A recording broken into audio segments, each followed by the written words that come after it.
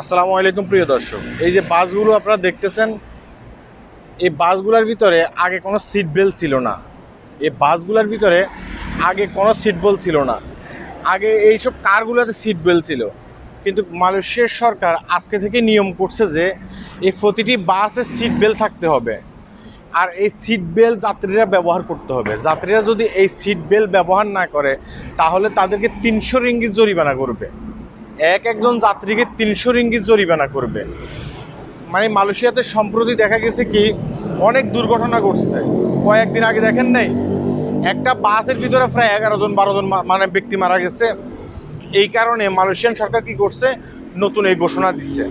আগে ছোট ছোট এই যে কারগুলো আছে না, কারগুলোতে কী করতো, সিট বেল্ট থাকতো। সেই সিট বেল্ট আপনাকে ব্যবহার করতে হতো। এখন থেকে শুধুমাত্র কারে না, এই বাসগুলো তো সিট বেল্ট থাকবে। যে বাসগুলো 2005 সালের পরে মানে রোডে নামানো হয়েছে, এই বাসগুলোতে সিট বেল্ট থাকবে। তারা কি করছে, মালিক পক্ষ থেকে তারা কি করছে, মালিক পক্ষকে আগে জানাইছে।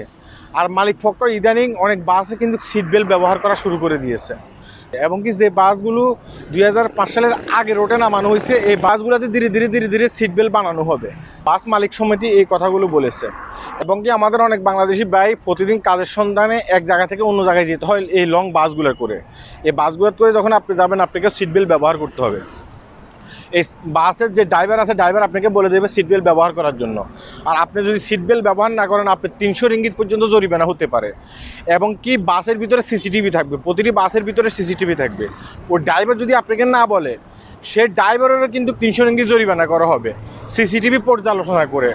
তাই প্রতিটি বাংলাদেশিকে বলতেছি, যখন বাসে উঠবেন অবশ্যই সিট বেল্ট ব্যবহার করবেন। এটা আমার কথা নয়, এটা হচ্ছে মালয়েশিয়ান পত্রিকার কথা। আপনারা বিস্তারিত মালয়েশিয়ান পত্রিকাতে আসতেছে, গিয়ে দেখে আসতে পারেন। হ্যাঁ, তো এই কারণে ভিডিওটি করতেছি, যেহেতু আমি সতর্কমূলক ভিডিও করি। এটা একটা সতর্কমূলক ভিডিও ছিল। এটা অনেক পত্রিকাতে কিন্তু আসে না এখনও, কিন্তু সমস্ত পত্রিকাতে আসবে, কিছু কিছু পত্রিকাতে আসছে।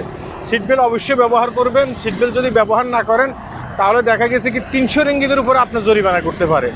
আপনি একজন বাংলাদেশি, আপনি প্রতিদিন 80 থেকে 90 টাকা ইনকাম করেন, সেখানে যদি আপনি 3 থেকে 400 টাকা আপনি যদি দেন, এটাকে কি বলে, জরিমানা দেন, তাহলে আপনি থাকে কত।